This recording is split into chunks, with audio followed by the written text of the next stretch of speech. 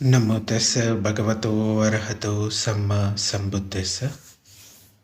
ఈరోజు మనం సుత్త నిపాతలోని ప్రధాన సూత్రం గురించి చెప్పుకుందాం. ఈ సూత్రంలో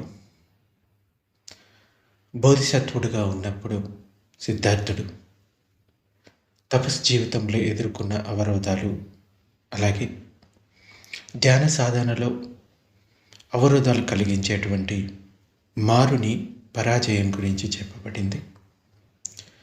మారుడు అంటాడు ఏమనంటే, నేను 7 సంవత్సరాలు బుద్ధుణ్ణి అంటి పెట్టుకొని ఉన్నాను, కానీ సమ్యక్ సంబుద్ధుడు నాకు అతడిని కించపరిచే ఎలాంటి అవకాశం ఇవ్వలేదు అని. ముందుగా అసలు ఈ మారుడు ఎవరు అంటే, బౌద్ధ గ్రంథాల ప్రకారం మారుణ్ణి 5 రకాలుగా చెప్తారు. పంచమారులు అంటారు. ఒకటి, కామలోకానికి అధిపతి లేదా ఒక దేవత, విడుదల చేయనివాడు, నమూచి అని కూడా పిలుస్తారు. అసలు మార అనే పదానికి చంపేవాడు లేకుంటే మరణం అని అర్థం. ఇది అంటే ఇతని ప్రధాన పని ఏంటంటే, జీవులను ఈ సంసారం అంటే జనన మరణ చక్రంలో బంధించి ఉంచడం. ఎవరైనా జ్ఞానం పొంది ముక్తి సాధిస్తే వారు తన ఆధిపత్యం నుండి శాశ్వతంగా వెళ్ళిపోతారనేది మారుడి భయం. అందుకే ఎవరైనా ధ్యానం చేస్తున్నా, మంచి మార్గంలో వెళ్తున్నా వారిని అడ్డుకుంటాడు ఈ మారుడు. మారుడు అంటే మన లోపల ఉండే బలహీనతలు అని చెప్పుకోవచ్చు. అయితే మారుని రూపాలు 5 రకాలు. మొదటిది క్లేశమారుడు. అంటే మన మనసులోని మలినాలు, రాగం, ద్వేషం, మోహం, ఇవి ముఖ్యమైన మలినాలు. ఇవే మనల్ని అసలైన ఇబ్బంది పెట్టే శత్రువులు. రెండవది ముత్యమారుడు, లేకుంటే మృత్యువు అంటారు కదా, మరణం. ప్రతి ప్రాణిని కబలించే మృత్యువు, ఇది కూడా మారుడే. మూడవది కందమారుడు, మన శరీరం మరియు మనస్సు, ఈ పంచస్కందాలు. ఇవి ఉన్నంతకాలం దుఃఖం ఉంటుంది కాబట్టి వీటిని కూడా మారుడిగా చూస్తారు. నాలుగవది అభిసంకార మారుడు, అంటే కర్మ, మనల్ని మళ్ళీ పుట్టించే కర్మఫలాలు, వీటిని అభిసంకార మారుడు అంటారు. ఐదవది దేవపుత్త మారుడు. ఇతనే మనం కథల్లో వినే మారుడు. ఒక దేవత రూపంలో ఉండి సాధకులను ఇబ్బంది పెట్టే వ్యక్తి. అంటే కొన్నిసార్లు మారుడు బుద్ధుడి దగ్గరికి వచ్చి మాట్లాడారు అని కనపడుతుంది కదా, అటువంటి వ్యక్తి. అయితే బుద్ధుని జీవితంలో మారుని పాత్ర చాలా ఉంటుంది. దాని గురించి ఫస్ట్ సుత్త చెప్పుకున్న తర్వాత మిగతా విషయాలు చెప్పుకుందాం. పాలి నుంచి తెలుగు అనువాదం ఈ విధంగా ఉంటుంది. నేను మహాప్రయత్నంతో అతి పట్టుదలతో పరిశ్రమిస్తూ నేరంజర నది సమీపంలో నిబ్బానం కోసం ధ్యానం చేస్తూ ఉండగా ఈ మారుడు వచ్చి కరుణతో కూడిన వచనాలతో ఇలా అన్నాడు, మీరు దుర్బలంగా ఉన్నారు, చిక్కిపోయి ఉన్నారు, మృత్యువు మీకు దగ్గరలో ఉంది. ఇది బోధిసత్వుడుగా ఉన్న సిద్ధార్థుడు ఇంటిని వదిలిన తర్వాత 6 సంవత్సరాల పాటు కఠిన తపస్సులు చేస్తాడు కదా, అప్పుడు జరిగిన సంఘటన. మీలో 1000 వంతులు మృత్యుపాశం ఉంది, 1 వంతే మీ జీవితం. జీవితాన్ని జీవించడం మంచిది.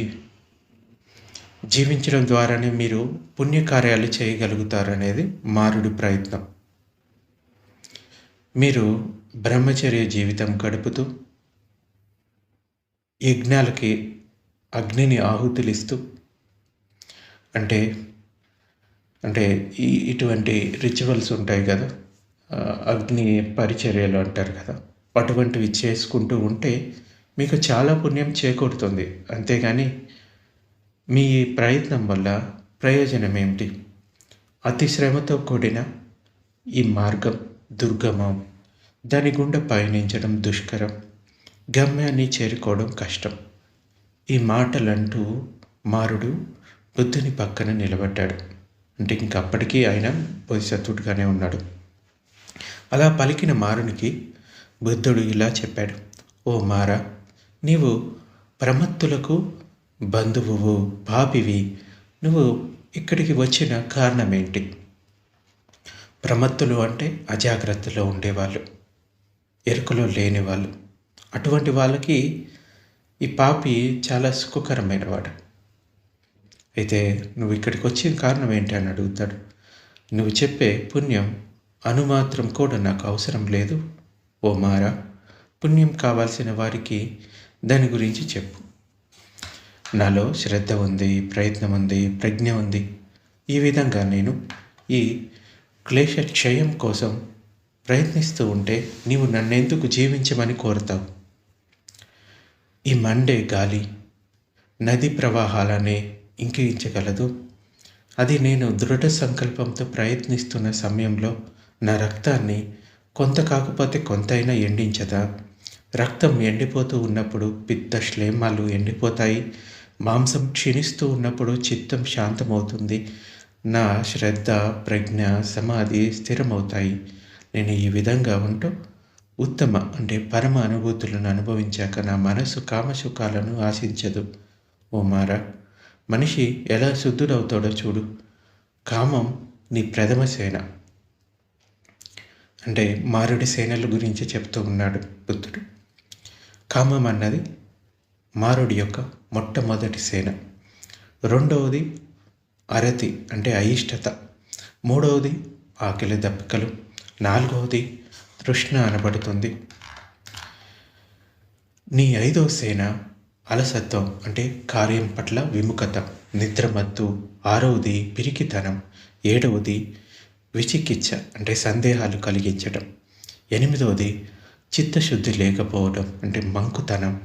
ఇంకా లోభం, కీర్తి, సత్కారం, చెడు మార్గాల ద్వారా లభించిన యశస్సు, తనను తాను పొగుడుకొని ఇతరులను తెగడడం అంటే తక్కువ చేయడం. ఓ మారా, ఇది నీ సైన్యం. నల్లని వాని యుద్ధసేన. శౌర్యం లేనివారు దానిని జయించలేరు. జయించిన వారికి సుఖం లభిస్తుంది. నేను ఈ ముంజిగడ్డిని ధరిస్తాను అన్నది ఒక్కొక్క దాంట్లో ఒక్కొక్క అర్థాన్ని చూపిస్తుంది. నా జీవితం వ్యర్థం. యుద్ధంలో ఓడి జీవించడం కంటే మరణం వేలు. కొందరు శ్రమణ బ్రాహ్మణులు ఈ ప్రపంచంలోకి వచ్చి కనిపించకుండా పోయారు. వారు శుభశీలురు నడిచిన మార్గాన్ని తెలుసుకోకుండానే వెళ్ళిపోయారు. సైన్యం చుట్టూ మోహరించి ఉంది. మారుడు తన గజంపై ఉన్నాడు. నా స్థానం నుండి అతడు నన్ను కదిలించకుండా ఉండేందుకు నేను యుద్ధానికి బయలుదేరాను. కాల్చని మట్టి కుండను ఒకడు రాతితో పిండి చేసినట్లుగా ప్రజ్ఞతో మానవలోకంలో కానీ దేవలోకంలో కానీ జయించలేని నీ సైన్యం యొక్క పీచు మనుస్తాను. అంటే నీ సైన్యాన్ని ఓడిస్తాను అని అర్థం. ఇంకా సంకల్పాన్ని అదుపులో ఉంచుకొని సతిని ప్రతిష్ఠితం చేసుకొని సావకులకు శిక్షణనిస్తూ రాష్ట్రం నుండి రాష్ట్రానికి విస్తృతంగా చరిస్తాను. కోరికలు లేని నా నుంచి ఉపదేశాలను అందుకొని వాటిని అప్రమత్తంగా పరిశ్రమతో అమలు చేస్తూ వారు దుఃఖం లేని చోటుకు వెళ్తారు. అప్పుడు ఇలా చెప్తాడు మారుడు. భగవానుణ్ణి 7 సంవత్సరాలుగా అడుగడుగున అనుసరించాను. సమ్మా సంబుద్ధునిలో, సతిమంతునిలో ఏ తప్పు నాకు కనిపించలేదు. ముద్దల కనిపించిన రాతి చుట్టూ అంటే ఒక కొవ్వు ముద్ద ఉంటుంది కదా, దానిలో కనిపించిన ఒక రాయి చుట్టూ ఎగురుతున్న కాకి. మనకు ఇక్కడ కనిపించేదేది మృదువుగా తీయగా ఉంటుందా అని అనుకుంటుంది. తీయనైన దానిని అంటే దేనిని కానక కాకి ఆ చోటు నుంచి దూరంగా వెళ్ళిపోయింది. ఆ రాతిని చేరిన కాకిలా విసిగిపోయిన మనం గౌతమునికి దూరంగా వెళ్దామనే మారుడు అనుకుంటాడు. అతడు శోకంలో మునిగిపోవడంతో చంక నుంచి వీణ జారిపడింది. అంటే మారుడు ఈ పద్యాలను చెప్తూ ఉన్నప్పుడు తను ఒక గాథల రూపంలో చెప్తూ ఉన్నాడనేది కొన్ని చోట్ల కనపడుతుంది. అతడు ఈ సిద్ధార్థుడు అంటే ఈ బుద్ధుడు తన వలలో చిక్కడు అని తెలుసుకొని భయంతోటి ఆ వీణ జారిపడింది అని అర్థం. అంతటే ఆ మారుడు అక్కడి నుండి అంతర్ధానమయ్యాడు. సిద్ధార్థుడు రాజభవనాన్ని విడిచిపెట్టి అంటే మహాభినిష్క్రమణ అంటారు. సుమారు 6 సంవత్సరాల తర్వాత కానీ ఈ సంపూర్ణ జ్ఞానోదయం పొంది కొద్ది సమయం ముందు ఈ సంఘటన జరిగింది. అంటే జ్ఞానోదయం పొందే ముందు. అప్పుడు ఆయన వయసు సుమారు 35 సంవత్సరాలు. ఆ కాలపు గొప్ప గురువులైన ఆలార కలామ మరియు ఉద్దక రామపుత్రుల వద్ద కొంత ఈ ధ్యాన విద్యను నేర్చుకున్నారు. ఎవరు? సిద్ధార్థుడు. వారి ధ్యాన పద్ధతులను సాధన చేశారు. కానీ ఆ గాఢ ధ్యాన స్థితులు ప్రశాంతతను ఇచ్చినప్పటికీ అవి శాశ్వత దుఃఖ విముక్తికి మార్గం కాదని గ్రహించాడు. సొంత మార్గాన్ని వెతుక్కోవడానికి ఆ గురువులను విడిచిపెట్టాడు బోధిసత్వుడు. ఆయన ఊరివేల అడవుల్లో అంటే ప్రస్తుతం బీహార్లో ఉన్న బుద్ధగయ దగ్గర స్థిరపడ్డారు. అక్కడ ప్రవహించే నేరంజరా నది ఒడ్డున ఉన్న ప్రశాంతమైన వాతావరణం, స్వచ్ఛమైన నీరు ఈ ఆధ్యాత్మిక సాధనకు అనుకూలంగా ఉంటుందని భావించి ఆ ప్రదేశాన్ని ఎంచుకున్నారు. కొంతమంది జైన సన్యాసులను చూసి అంటే నిఘంట సన్యాసులు వాళ్ళు నగ్నంగా ఈ కఠిన తపస్సులు చేస్తూ ఉండేవాళ్ళు. వాళ్ళని అడిగినప్పుడు వాళ్ళు చెప్తారనమాట, ఈ కఠిన తపస్సు చేయడం వల్ల కర్మలు పోతాయి, కర్మలు పోతే దుఃఖం కూడా పోతుంది అంటారు. అంటే శరీరమే కోరికలకు మూలమని శరీరాన్ని దండిస్తే మనసు విముక్తి పొందుతుందని ఆ కాలంలో ఒక నమ్మకం ఉండేది. అందుకే సిద్ధార్థుడు అత్యంత కఠినమైన తపస్సులను ప్రారంభించారు. శ్వాసను నియంత్రణ చేయడం అంటే చెవుల్లో హోరుమని శబ్దాలు వచ్చేలా తల పగిలిపోతుందేమో అన్నంతగా ఊపిరిని బంధించేవాడు. ఇంకా రోజుకి ఒక్క రేగిపండు లేదా ఒక్క మెతుకు అన్నం మాత్రమే తీసుకునేవారు. చివరికి ఆహారాన్ని పూర్తిగా మానేశారు. ఆయన శారీరక స్థితిని ఇలా చాలా స్పష్టంగా వివరిస్తారు. పొట్టపై చెయ్యి వేస్తే వెన్నుముక తగిలేది, అంతగా చిక్కిపోయారు. లోతైన బావిలో నీటి అడుగున మెరిసే నక్షత్రాల వలె ఆయన కళ్ళు గుంతలు పడ్డాయి. ఎండలో ఎండిన కాకరకాయలా ఆయన చర్మం ముడతలు పడింది. ఇంకా నిలబడటానికి ప్రయత్నిస్తే బలహీనతతో కింద పడిపోయేవారు. శారీరకంగా పూర్తిగా కృషించిపోయి చావుకి దగ్గరగా ఉన్నప్పటికీ ఇంకా జ్ఞానాన్ని పొందలేకపోయిన ఆ కీలక సమయంలోనే ఈ సుత్తం మొదలవుతుంది. ఆయన నది ఒడ్డున కూర్చొని తీవ్రమైన ప్రయత్నం, దాన్ని పదాన అంటారు, అది చేస్తూ ఉన్నారు. తీవ్రమైన ప్రయత్నం చేస్తూ ఉన్నారు. సత్యాన్ని కనుగొనాలి, లేదంటే ఈ ప్రయత్నంలో మరణించాలి అన్నది ఆయన దృఢ సంకల్పం. ఇక అప్పుడే ఈ మారుడు వస్తాడు. అంటే ఇంతకుముందు నుంచి కూడా అతడు వెంబడిస్తూనే ఉంటాడు. కానీ సిద్ధార్థుడు జ్ఞానోదయానికి దగ్గరగా ఉన్నప్పుడు ఇంకా ఈ మారుడి ప్రలోభం ఎక్కువగా ఉంటుంది. కామలోకానికి అధిపతి ఎవరు? ఈ మారుడు. అతను మరణానికి, ప్రలోభాలకి మరియు సంసార చక్రానికి ప్రతీక. సిద్ధార్థుడు ఇప్పుడు మరణిస్తే తను గెలుస్తానని మారుడికి తెలుసు. ఎందుకంటే సిద్ధార్థుడు మళ్ళీ జన్మిస్తాడు కనుక. కానీ సిద్ధార్థుడు సత్యాన్ని అంటే జ్ఞానోదయం కనుగొంటే అతడు మారుడి సామ్రాజ్యాన్ని దాటిపోవడమే కాక ఇతరులకు కూడా విముక్తి మార్గాన్ని చూపిస్తాడు. అందుకే మారుడు ఆయుధంతో కాకుండా జాలి నటిస్తూ సిద్ధార్థుడి దగ్గరికి వస్తాడు. ముఖ్యంగా మారుడి వ్యూహాన్ని చూస్తే పూర్తిగా మానసికమైంది. అతను బోధిసత్వునిలోని బ్రతకాలి అనే కోరికను ఆయుధంగా మలుచుకుంటాడు. ఇలా అంటాడు, నువ్వు అంటే ఆయన పక్కకి చేరి చిన్నగా గుసగుసలాడతాడు. మన లోపల కూడా కొన్నిసార్లు గుసగుసలు అవుతూ ఉంటాయి కదా. ఏదైనా మంచి ప్రయత్నం చేయాలి అనుకున్నప్పుడు ఇప్పుడు ఏం చేస్తాంలే అని, అది కూడా మన లోపల ఉండే మారుడే. అయితే ఇక్కడ మారుడు ఏమంటున్నాడంటే, నువ్వు పక్కచిక్కిపోయావు, పాలిపోయావు, చావు దగ్గరగా ఉన్నావు, అంటే చావుకి దగ్గరగా ఉన్నావు. నువ్వు బ్రతికే అవకాశం వెయ్యింట 1% మాత్రమే ఉంది. ఇంకా బ్రతుకుని ఎంచుకో, బ్రతికి ఉండు సాధువా, బ్రతికి ఉంటేనే జీవితం బాగుంటుంది. ఇంకా సాంప్రదాయాన్ని ఎంచుకో, అంటే పాత సాంప్రదాయాన్ని. ఇంటికి తిరిగి వెళ్ళు, యజ్ఞ యాగాదులు అగ్నిహోత్రాలు చేయి, దానివల్ల నీకు పుణ్యం వస్తుంది, స్వర్గానికి వెళ్తావు. ఇక్కడ చాలామందికి ఇది మంచి విషయం అనిపించవచ్చు.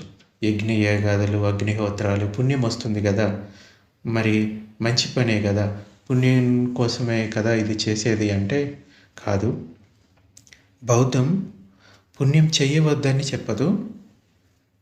పుణ్యం కూడా మనం నిబ్బానాన్ని పొందడానికి కొన్నిసార్లు అడ్డంకి కింద మారిపోవచ్చు. కేవలం మంచి పనులు చేయడం కాదు, మన మనసులో ఉన్న రాగద్వేషాలను పూర్తిగా అంతం చేయడం బౌద్ధ సాధన యొక్క లక్ష్యం. పుణ్యం చేస్తే ఆ పుణ్యఫలాన్ని పొందుతావు, మళ్ళీ సుగతులలో జన్మిస్తావు. అపుణ్యం తీరిపోగానే మళ్ళీ ఇంకొక లోకంలో జన్మిస్తావు. ఈ సంసార చక్రం నుంచి విడుదల కలిగించదు ఈ పుణ్యం అన్నది. కానీ ఈ పుణ్యం సాధనలో ముందుకెళ్ళడానికి కొంత సహాయం చేస్తుంది. అలాగే పుణ్యం చేస్తూ పూర్తిగా జీవించమని బౌద్ధం చెప్పదు. ముఖ్య లక్ష్యం ఏంటంటే నిబ్బానాన్ని సాధించడం. నిబ్బానం అంటే రాగం, ద్వేషం, మోహం లేని స్థితి. అయితే పోరాటాన్ని ఆపై. ఈ సాధన మార్గం చాలా కష్టం, ఇందులో గెలవడం అసాధ్యమని మారుడు అంటాడు. ఇక ఆకలితో బాధతో ఉన్న సామాన్య వ్యక్తి అయితే మారుడు చూపిన ఈ జాలికి లొంగిపోయి ఇంటికి వెళ్ళిపోయేవాడు. కానీ బోధిసత్వుడు ఆ ఉచ్చును గమనించాడు. పుణ్యం అనేది కూడా మనిషిని జనన మరణ చక్రంలో బంధించే ఒక బంగారు గొలుసు అని ఆయన గ్రహించారు. తన మనసులో మెదులుతున్న ఆకలి, భయం, సందేహం వంటి ఆలోచనలు తనవి కావని, అవి మారుని సేనలు అని గుర్తించారు. ఆ అంతర్గత రాక్షసులను, అంటే మారుని సేనలను కళ్ళలోకి చూసి, నాకు ఆ పుణ్యంతో పని లేదు, ఓడిపోయి బ్రతకడం కంటే యుద్ధంలో మరణించడమే నాకు మేలు. ఇక్కడ యుద్ధం అంటే బయట చేసే యుద్ధం కాదు, ఇది అంతర్యుద్ధం, మారునితో చేసే యుద్ధం. ఇక్కడ ఓడిపోవడం కంటే మరణించడమే మేలు అంటున్నాడు. నా దగ్గర శ్రద్ధ ఉంది, ఇంకా ప్రయత్నం, వీర్య ఉంది. వీర్య అంటే ప్రయత్నం, నిరంతర మళ్ళీ మళ్ళీ చేసే శక్తి ఉంది, పట్టుదల, ఇంకా ప్రజ్ఞ ఉంది. ఇలా స్థిరంగా ఉన్న నన్ను బ్రతుకు అని ఎందుకు అడుగుతున్నావు అంటాడు. ఇంకా గాలి వీస్తే నదిలోని నీళ్లు కూడా ఎండిపోతాయి. అలాంటప్పుడు ఇంత తీవ్రంగా తపస్సు చేస్తున్నా నా రక్తం ఎందుకు ఎండిపోలేదు? రక్తం ఎండిపోతే పోని, నా పిత్తం, కఫం అది కూడా పోతే ఎండిపోని, కానీ నా శరీరం ఎంత శుష్కించేస్తుందో నా మనసు అంత ప్రశాంతంగా మారుతుంది, నా ఏకాగ్రత అంత బలపడుతుంది అని అంటాడు ఒక గాథలో. ఇంకా 10 రకాల మారుల సేనల గురించి కూడా చెప్పుకున్నాం కదా. మొదటిది ఇంద్రియ సుఖాలు. ముఖ్యంగా ఈ ధ్యాన సాధనలో ముందుకు వెళ్ళడానికి ప్రయత్నిస్తూ ఉన్నప్పుడు ఈ కామం అన్నది ముందు వస్తుంది. దాన్నే మొదటి సేన అంటారు, అడ్డంకి. ఇంద్రియ సుఖాలు కావాలి కావాలి అనే కోరిక. రెండో సేన అరతి అంటారు. అరతి అంటే అసంతృప్తి, జీవితం పట్ల విసుగు. మూడవది ఆకలి, దప్పికలే మూడవ సేన. నాలుగవది తనహ అంటే తృష్ణ, తీవ్రమైన కోరిక, ఇది నాలుగవ సేన. ఐదవది తీనమిద్ద అంటే బద్ధకం, నిద్రమత్తు. ఆరవది భయం, ఇది నీ 6వ సేన అంటాడు. సందేహం అంటే విచికిచ్చ, ఇది 7వ సేన. 8వ సేన కపటం మరియు మొండితనం, ఇది నీ 8వ సేన. 9వది లాభ సత్కారాలు, కీర్తి ప్రతిష్టల పట్ల ఆసక్తి, అంటే కీర్తి, గౌరవం, తప్పుడు మార్గంలో సంపాదించిన పేరు, ఇది నీ 9వ సేన. 10వది తనను తాను పొగుడుకోవడం, ఇతరులను నిందించడం, ఇది నీ 10వ సేన. ఓ మారా, నల్లనివాడా అంటే ఎప్పుడూ నెగిటివిటీతోటి ఉంటాడు కదా, అందువల్ల నల్లనివాడా అని పిలుస్తున్నాడు. ఇవే నీ సేనలు. పిరికిపాడు వీటిని జయించలేడు, కానీ ధైర్యవంతుడు వీటిని జయించి ఆనందాన్ని పొందుతాడు. అప్పుడు ముఖ్యంగా ఈ గాథలో మనకి అత్యంత ప్రభావవంతమైన విషయం ఏదైనా ఉందంటే ఇదే అనమాట. ఈ యుద్ధంలో ఓడిపోయి బ్రతకడం కంటే పోరాడుతూ మరణించడం నాకు మేలు అని చెప్తాడు. అంటే ఈ నిబ్బానాన్ని పొందే ప్రయత్నంలో మరణిస్తాను కానీ ఈ కష్టాన్ని వదిలేసి నేను మళ్ళీ నీ వలలో చిక్కను అని అర్థం. కొందరు సన్యాసులు నీకు భయపడి పారిపోవచ్చు, కానీ నేను పారిపోను. ఈ పచ్చి మట్టి కుండను రాయితో పగలగొట్టినట్లు నా ప్రజ్ఞతో నీ సేనలను నాశనం చేస్తానంటాడు. ఇంకా అలా చెప్పిన తర్వాత మారుడు భయపడి అక్కడి నుంచి వెళ్ళిపోతాడు. ఇది మనలోని కోరికలు, భయాలు, బద్ధకం వంటి అంతర్గత అడ్డంకులను శత్రుసేనలుగా చూపిస్తుంది. దీనివల్ల సాధకుడు వాటిని తనలో భాగంగా కాకుండా బయట నుండి వచ్చే శత్రువులుగా చూసి పోరాడగలుగుతాడు.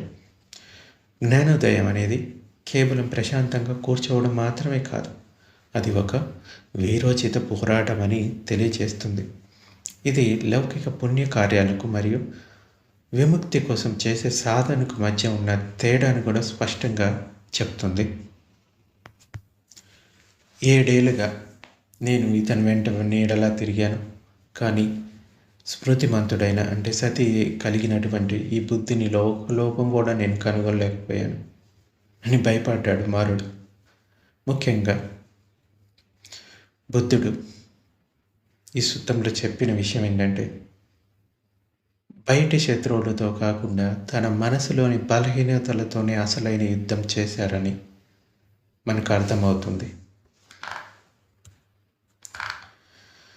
ఇంకా మారుని పాత్ర బుద్ధుడి జీవితంలో 3-4 చోట్ల వస్తుంది.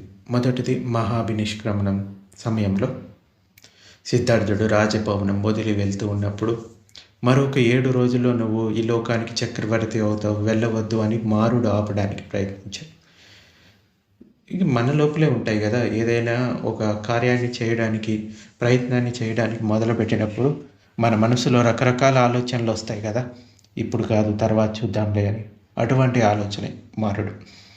ఇంకా మనకి ఇప్పుడు చెప్పుకున్న ప్రధాన సూత్రాలు అంటే నువ్వు చనిపోతావు, తపస్సు ఆపేయని భయపెట్టాడు కదా. సో అప్పుడు మారుడి పాత్ర ఉంది. ఇంకా జ్ఞానోదయం పొందేటప్పుడు అంటే సిద్ధార్థుడు బుద్ధుడిగా మారి చివరి ఘట్టంలో మారుడు తన సైన్యాన్ని పంపి భయపెట్టాడు.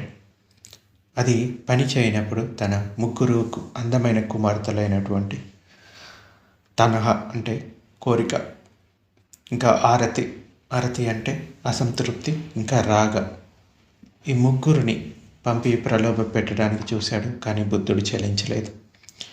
మహాపరినిబ్బాన సమయంలో కూడా వస్తాడు ఈ మారుడు. బుద్ధునికి 80 ఏళ్ళు వచ్చినప్పుడు ఇక నీ పని అయిపోయింది, పూర్తయింది కదా, ఇక చనిపో, పరినిబ్బానం చెందు అని మారుడు గుర్తు చేస్తాడు. ధ్యాన సాధనలో మారుడిని బయట వ్యక్తిగా కాకుండా మన సొంత మనసులో అడ్డంకులుగా భావిస్తారు. అంటే మీ ధ్యానాన్ని కూర్చున్నప్పుడు వచ్చే నిద్రే మీ మారుడు, సోమరితనం మారుడు, కలిగే సందేహం మారుడు, పాత జ్ఞాపకాలు గుర్తొచ్చి వేయటం మారుడే, రేపు చూసుకుందాంలే అనే బద్ధకం కూడా మారుడే. అంటే ఈ అంతర్గత శత్రువులను అంటే మారుని సేనలను జయించిన వాడే నిజమైన వీరుడు, అర్హంతుడు. బౌద్ధంలో ముఖ్యంగా మారుడు ఒక విలన్ లాంటివాడు, కానీ అతను చెడుకు మాత్రమే ప్రతీక కాదు, అతను అజ్ఞానానికి మరియు కోరికలకు కూడా ప్రతీక. ఆ అజ్ఞానాన్ని దాటితేనే ఎవరైనా బుద్ధుడవుతారు. ముఖ్యంగా ఈ రోజుల్లో ఎదుర్కొంటున్న మారుడెవరు మనం చూడాలి. రకరకాల మారుని వేషాలు మనకి కనబడుతూ ఉంటాయి. ముఖ్యంగా అంతర్గత శత్రువులను గుర్తించాలి. మన లోపల ఉన్న శత్రువులు. ఈ రోజుల్లో మన సమస్యలు బయట వారి వల్ల కంటే మన సొంత మనసు వల్లే ఎక్కువగా వస్తున్నాయి. సుత్తం చెప్పేది ఏంటంటే, కోరిక, అసంతృప్తి, ఆకలి, నిద్ర, భయం ఇవన్నీ కూడా మారుని సేనలే. ముఖ్యంగా డిప్రెషన్, యాంగ్జైటీ, బర్న్ అవుట్ అవ్వడం, అతిగా ఆలోచించడం, ఓవర్ థింకింగ్ అంటారు కదా, ఇవన్నీ మారుని సేనలే. మనకు నిరాశ లేదా భయం కలిగినప్పుడు ఇది నేను కాదు, ఇది నాపై దాడి చేస్తున్న ఒక సేన అని గుర్తించి దాన్ని మన భాగంగా కాకుండా శత్రువుగా చూసి పక్కన పెట్టే శక్తి ఈ సుత్త మనకి ఇస్తుంది. ముఖ్యంగా మారుని సేనల్లో మొదటి సేన అంటే ఇంద్రియ సుఖాలు, కామ అంటారు కదా. ఈరోజు మనకు అతిపెద్ద మారుడు స్మార్ట్ ఫోన్ అనుకోవచ్చు, లేకపోతే సోషల్ మీడియా, ఇంకా ఇలా రకరకాల విషయాలు ఉన్నాయి, షాపింగ్స్, గేమ్స్. ఇవన్నీ మనసు అంటే మన ఏకాగ్రతను దెబ్బతీస్తాయి. బయట విషయాలు అంటే ఈ ఇంద్రియాలను ఇంకా ఇంకా సుఖపెట్టాలనే ప్రయత్నం. ఈ ప్రలోభాలు మన లక్ష్యాన్ని దెబ్బతీస్తున్నాయని గ్రహించి ఈ ఫోన్ పక్కన పెట్టేసి పనిపై దృష్టి పెట్టడాన్ని ఈ సూత్రం ప్రేరణ ఇస్తుంది మనకి. ఇంకా వాయిదా వేసే పద్ధతి, ఇది మారుడి 5వ సేన అంటే తీనమిద్దం, బద్ధకం అంటారు. మత్తు అంటే ఎప్పుడు కూడా మగతలో ఉండటం, రేపు చూద్దాంలే, కాసేపు పడుకుందాంలే అనే బద్ధకం. ఈ తరం విద్యార్థులను లేకపోతే చాలామందిని ఇది నాశనం చేస్తుంది, సాధకుల్ని కూడా. బుద్ధుడు చెప్పినట్లు పిరికివాడు మాత్రమే వీటికి లొంగిపోతాడు. మనం ఆ బద్ధకాన్ని జయించాలి అంటే యుద్ధం చేయాల్సిందే అనే స్ఫూర్తిని ఇది ఇస్తుంది. యుద్ధం అంటే బయట కాదు చేసేది, అంతర్గత యుద్ధం. ఇక ఇంకొక మారుడి సేన విచికిత్స, సందేహం. దీన్నే సెల్ఫ్ డౌట్ అంటారు. ఇంపోస్టర్ సిండ్రోమ్ అని కూడా పిలుస్తారు దీన్నే. చాలామంది యువతలో నేను దీనికి పనికొస్తానా, నేను గెలవగలనా, నాకు అంత సీన్ ఉందా అనే ఆత్మన్యూన్యత భావం. ఇది కూడా మారుని ఒక సేనే. బుద్ధుడికి కూడా ఆ సందేహం వచ్చింది, కానీ ఆయన దగ్గర శ్రద్ధ ఉంది, వీర్యం అంటే పట్టుదల ఉంది, ప్రజ్ఞ ఉన్నాయి అని తనకు తాను గుర్తు చేసుకున్నాడు. మనపై మనకు నమ్మకం కలిగించడానికి ఈ సుత్తం అనేది ఒక మోటివేషనల్ బూస్ట్ లాంటిది. ఇక మారుని 9, 10 సేనలు అదేంటి? కీర్తి, ఆత్మస్థుతి. ముఖ్యంగా బయట విషయాల నుండి పొగడ్తలు, కీర్తి ప్రతిష్టలు ఇంకా ఇంకా కావాలి అంటే ముఖ్యంగా సోషల్ మీడియాలో లైకుల కోసం పాకులాడటం, లేని గొప్పలు చెప్పుకోవడం, ఇతరులను చూసి అసూయపడటం, ఇతరులను కించపరచడం, అంటే రకరకాల విషయాలు సొసైటీలో జరుగుతూ ఉంటాయి కదా. ఇవన్నీ కూడా మారుని సేనలు. ఇవన్నీ మన పతనాన్ని కోరే మారుని సేనలను గుర్తించి నిజాయితీగా నిరాడంబరంగా బ్రతకడం ఎలాగో ఈ సూత్రం మనకి నేర్పిస్తుంది. ముఖ్యంగా గెలిచే వరకు పోరాడమని చెప్తుంది. ఓడిపోయి బ్రతకడం కంటే పోరాడుతూ చావడం మేలు. ఇక్కడ పోరాటం అంటే బయట పోరాటం కాదు, అంతర్గత పోరాటం. అలాగే ఏదైనా కష్టాలు వచ్చినప్పుడు పారిపోకుండా నిలబడి పోరాడే ధైర్యాన్ని ఇస్తుంది. నిజానికి కొంతమంది నాకు ఏ కష్టం ఉంది, నేను ఇంత బాధపడుతున్నాను, ఇంత దుఃఖం ఉంది అంటారు కదా. ఒకసారి ఆగి అసలు ఏది నాకు కష్టం అని గుర్తించండి. అసంతృప్తి మీకు కష్టం, మీ లోపల ఉన్న కోరికలు మీకు కష్టం, అవి తీరట్లేదని దుఃఖం. ఒకసారి విశ్లేషించండి. నాకు ఇది లేదనే దుఃఖం, అది లేదనే దుఃఖం, అసంతృప్తే కదా. ఉన్నదాంతో సంతృప్తి లేకపోవడమే ఏమంటారు దుఃఖానికి కారణం అవుతుంది. ఎవరికి వాళ్ళు ఇప్పుడు నేను అసంతృప్తిగా ఉన్నాను అంటే ఈ అసంతృప్తి ఎక్కడి నుంచి వచ్చింది? ఇది లేదు, అది లేదు. సరే, ఆ లేనిది మీకు దొరికింది అనుకోండి, అప్పుడైనా తృప్తిగా ఉంటారా? లేదు, మళ్ళీ అసంతృప్తే. సో అసలు మూల కారణాన్ని వెతకండి. ఈ అసంతృప్తికి మూల కారణం ఏంటి? మన లోపల ఉన్న లోభం, కోరికలు, తృష్ణ. సో ఈ ఇంద్రియ సుఖాలు కావాలి అని పాకులాడటం, ఇది నిజమైన అసంతృప్తి. ఈ ఇంద్రియాలకు ఎన్నిసార్లు సాటిస్ఫై చేస్తామని ప్రయత్నించినా అది మళ్ళీ మళ్ళీ సాటిస్ఫై అవ్వదు, ఇంకా కావాలి కావాలి అని చెప్తుంది. దాన్ని గమనించి ఓకే ఆ! ఇప్పుడు తెలుసుకున్నాను. ఇది మారోడి సేన. ఓకే. ఇప్పుడు నాకేం కావాలి? ఉన్నదాంతో నేనెందుకు సంతృప్తిగా లేకుండా ఉన్నాను? ఆ! గమనించాలి. మీ మనసుని గమనించండి. అసంతృప్తి కలిగిందంటే దేనివల్ల కలిగింది? ఇలా గమనిస్తూ పోతే మారుని సేనలు మీ లోపల కనబడతాయి. వాటిని గుర్తించి నేను నీకు లొంగను అన్నట్లుగా మన ప్రయత్నం ఉండాలి. ధ్యానం చేసేటప్పుడు కూడా అంతే.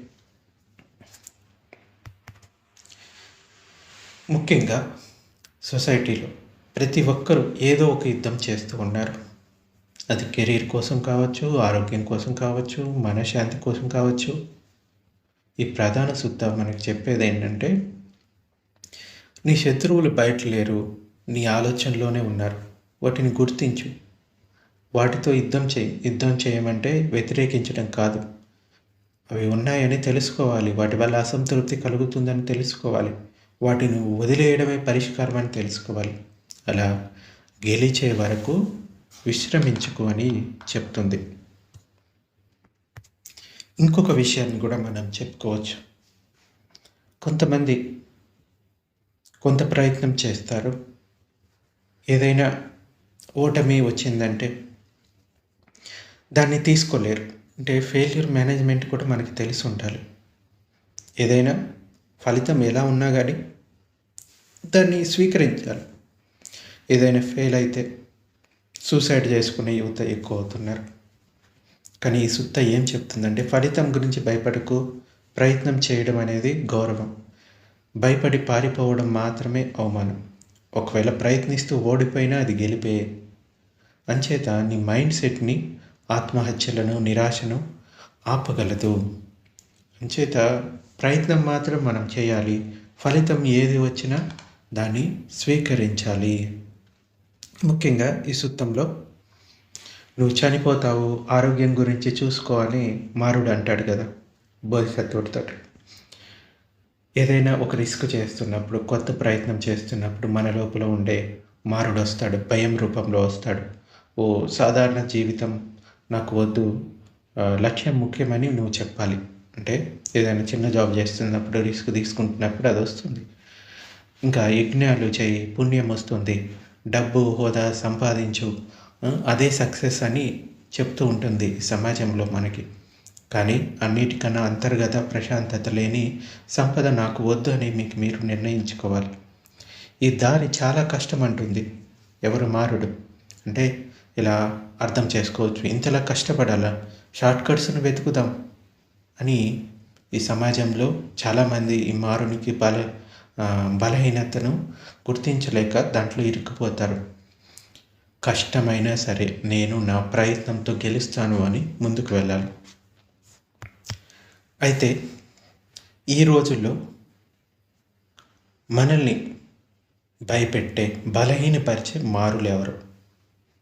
రోజు ఒకసారి గమనించండి, మీ లోపల ఎంతమంది మారసేనలు వస్తున్నారు, ఎన్నిసార్లు ప్రలోభ పెట్టడానికి ప్రయత్నిస్తున్నారు?